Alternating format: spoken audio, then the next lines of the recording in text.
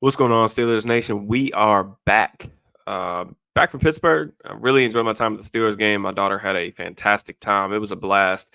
And really, that's, really what matters to me. But it's also nice to, kind of make the trip and come away with a win as well. Really entertaining game. I'm sure that it probably felt like that for you guys as well. If you weren't at the game, incredible atmosphere, primetime football, back-to-back primetime wins for the Steelers. Really want to just jump into this one. Probably a shorter recap today, just because of I haven't really had the chance to get to any of the film or watch any of the game back or anything like that. I'll get to that later on tonight, but do want to just jump on here and kind of give you guys some of my quick thoughts, just at first glance. Now that I'm back home and have all my equipment, just before we get started, if you would please make sure that you like the video, subscribe to the channel, drop me a comment, all that good stuff. Just as a forewarning too, please, at the end of this video, I'm going to ask for some feedback just on some content as I go to create my schedule now that the Steelers are on a bye week.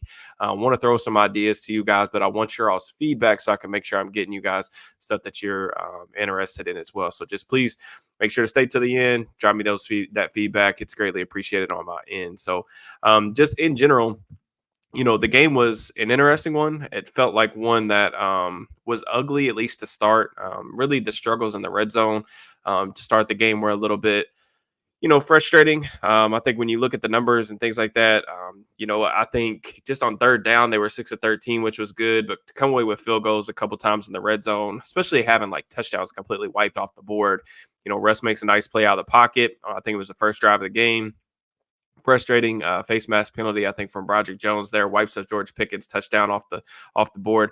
I think I need to confirm this with film, but I think George Pickens actually had a really nice route on that play, just coming over the middle. It was a really nice throw from Russ. Happened literally right in front of my seats.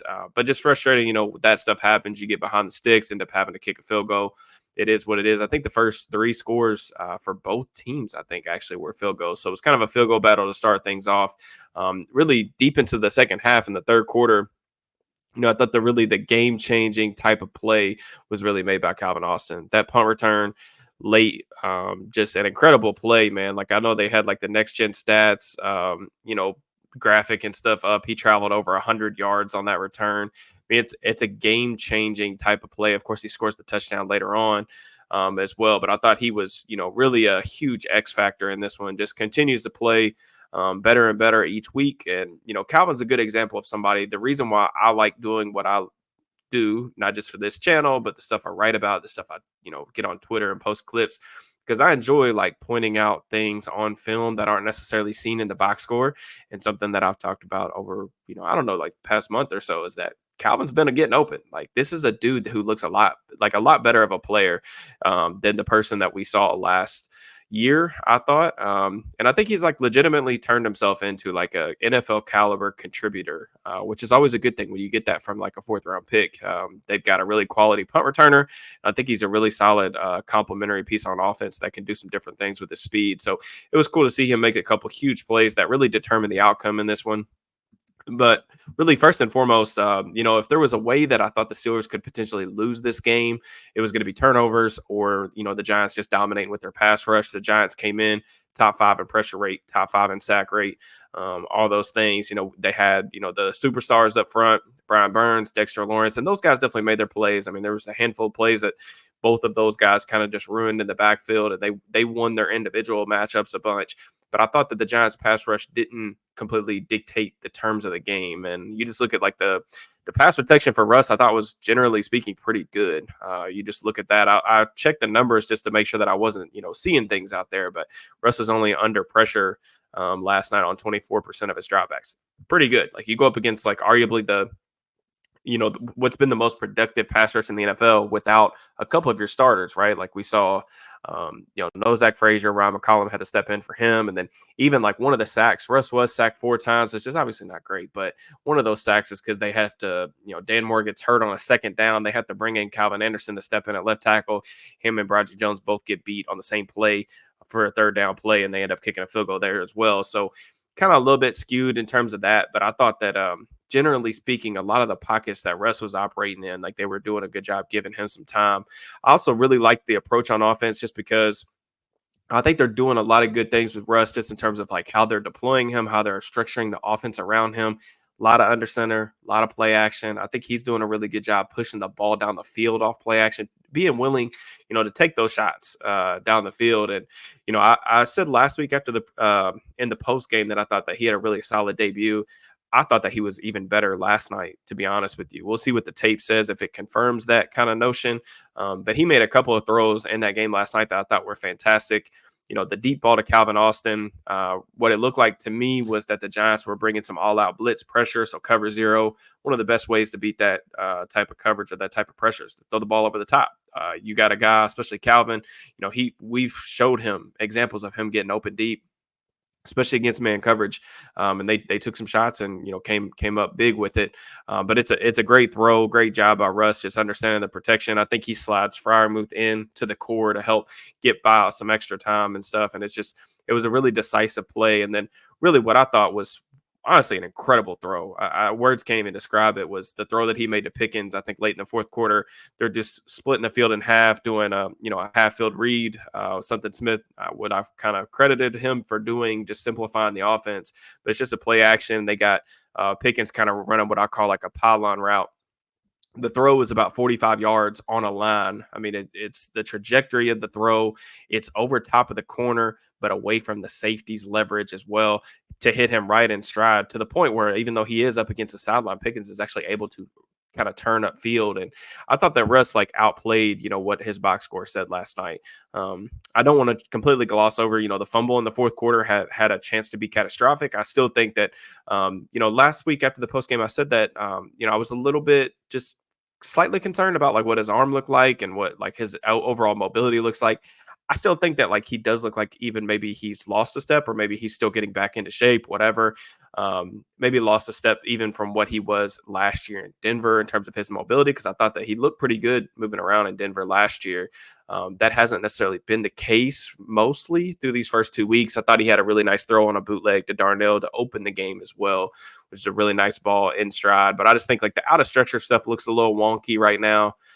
He missed another throw low, rolling out to his left that wasn't necessarily close to the receiver.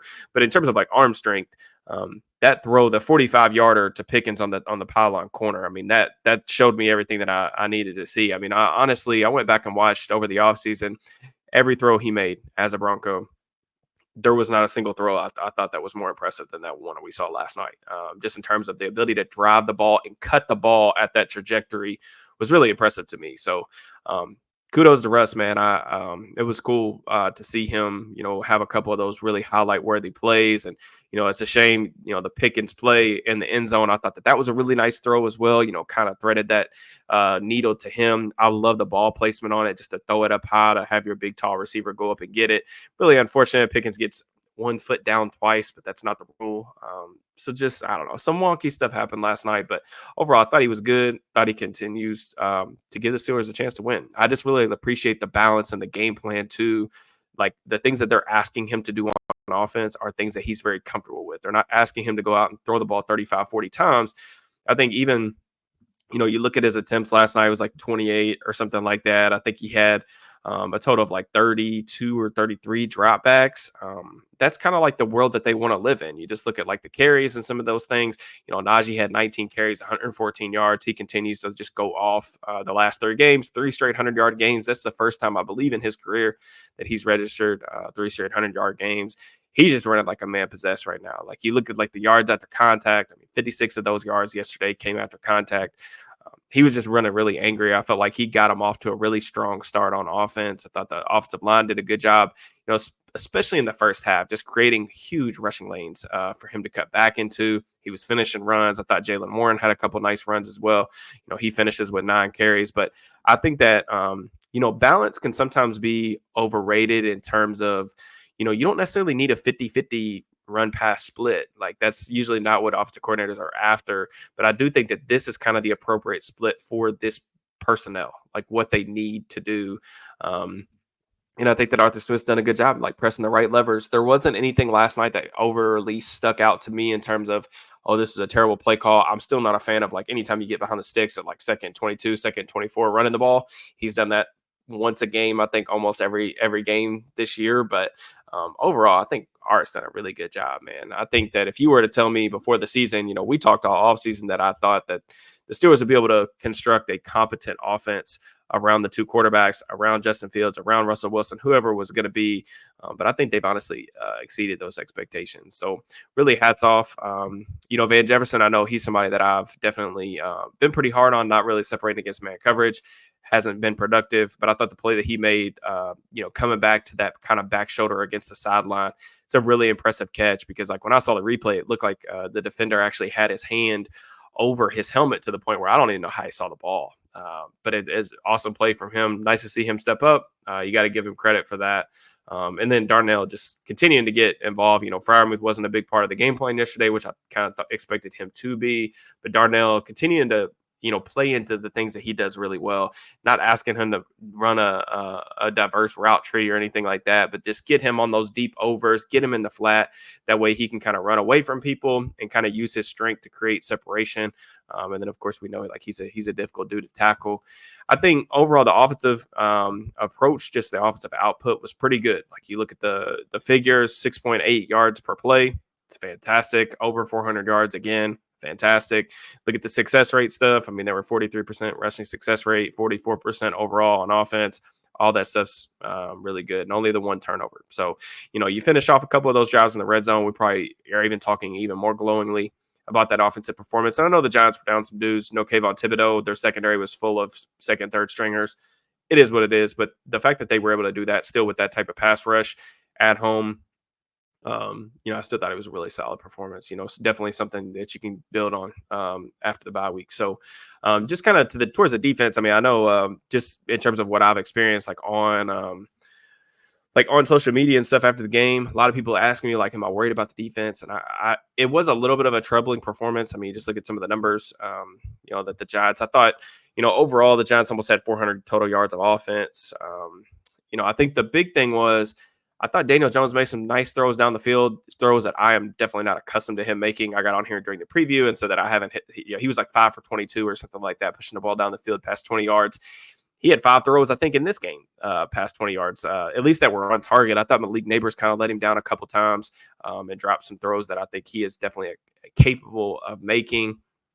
And I thought that Jones did some nice things, pushed the ball down the field. But at the end of the day, he still made the terrible mistake down, when they were driving for the game, potential game time, score in the fourth quarter, overthrowing, not setting his feet, things like that. But, I thought the more, I don't want to say concerning, but the more disappointing, I think, part of it was just like the run defense.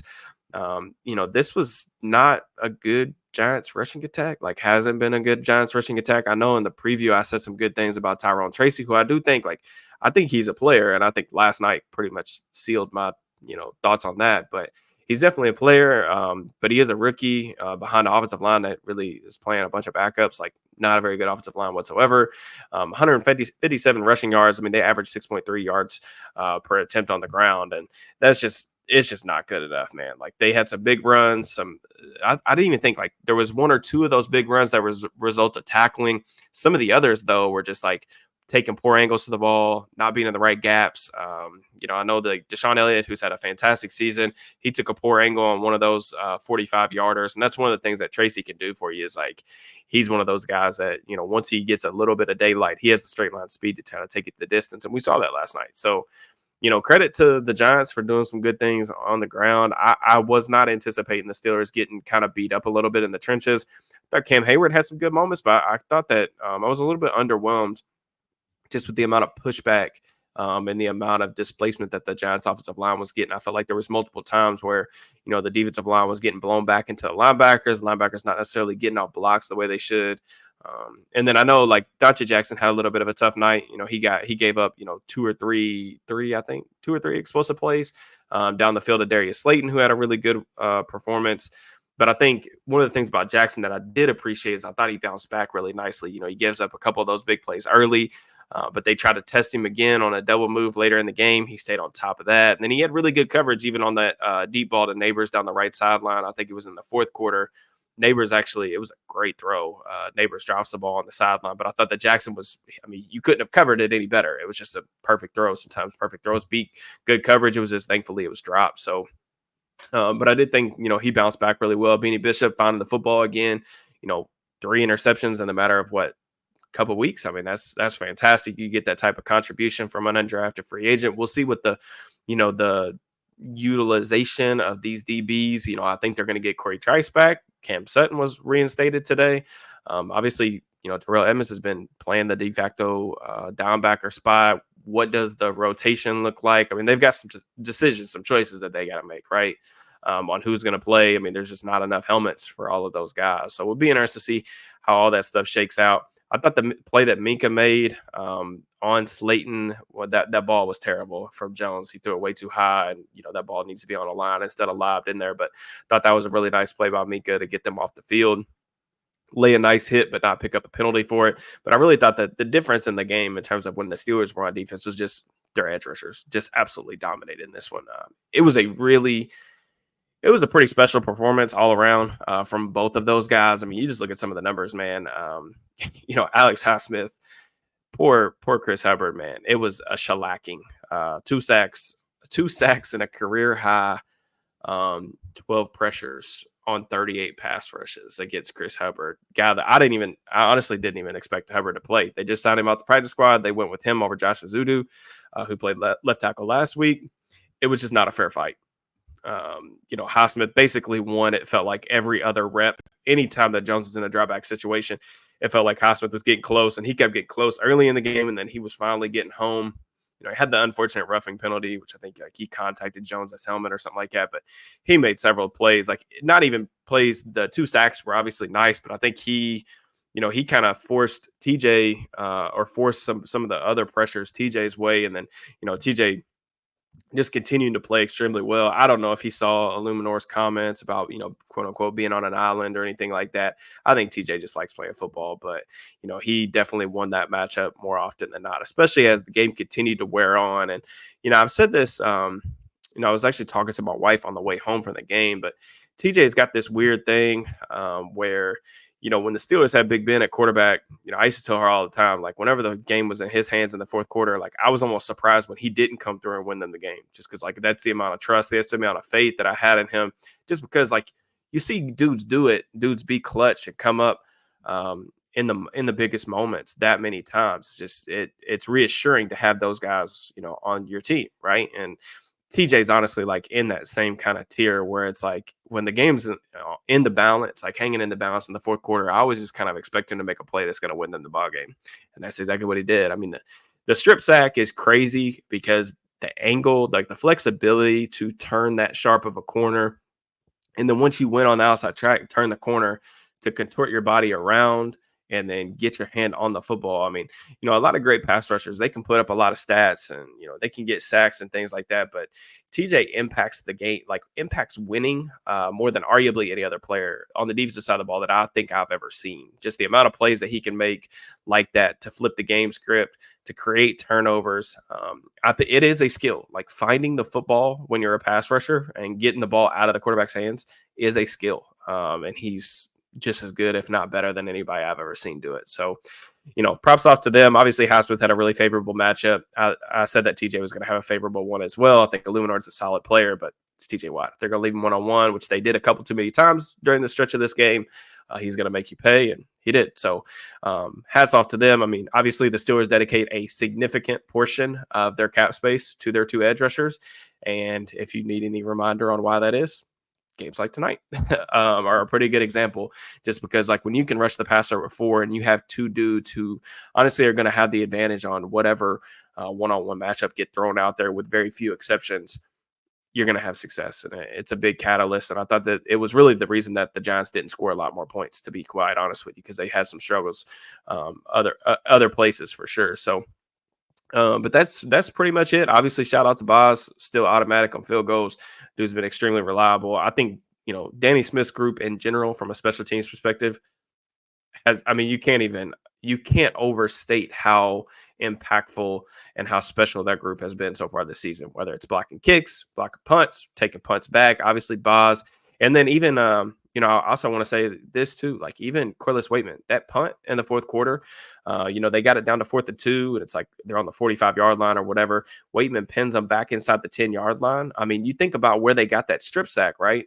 To close it, or where they got the interception to close out the game. Um, they're on the 18 or 20-yard line. So say if Waitman does put that ball in the end zone, I mean, we're really, biting your nails at the very end there. So he's been very reliable for them, and it's been nice. It's definitely been different watching this team in comparison to years past. There's obviously a lot of similarities because it's a lot of the same core pieces, but seeing some of the flashes from the quarterback position has been fun for me personally. And then they've gotten some stuff that I think is, definitely different from what we've seen in the past couple of years. Just mainly the punting. Like the punting's been so much better, and I know that's kind of an obscure thing to really praise. But when you're in a lot of tight games and you have playoff aspirations and stuff, that those little things, they matter. Those margins get really tight, really close. So, but pretty impressive. I mean, you just look at the AFC playoff picture, man. The Steelers sitting 6-2. They are the 3 seed in the AFC as of right now. They would be hosting Baltimore if the season ended today for a playoff game. Of course, a lot of these teams, Chiefs, Bills, Ravens, all just acquired new wide receivers. We'll see if the Steelers are able to get anything done as the trade deadline approaches. But hats off to them. They did what they're supposed to do. Another win. Really impressive, man. To go into the bye week, man, 6-2, hopefully get some reinforcements. Mainly the guy that I'm like mostly looking forward to seeing back is Zach Frazier, just because I think he was having a phenomenal rookie season. But also, I will say this: I walked past Zach yesterday, and he was still noticeably limping. So it's just something to keep an eye on. I don't know what that means. Whether it's like what his timetable is. There's definitely people out there that are trustworthy that are saying that he's got a good chance of being back after the bye week. I sure hope that's the case because it would be great to get him back, especially as this running game starts to really, kick it up a notch. You want him for this second half of the season. It's going to get a lot more difficult. Having him back would be massive. So just in terms of like the feedback. Okay. So, we've got kind of a empty, clean palette of, days to work with.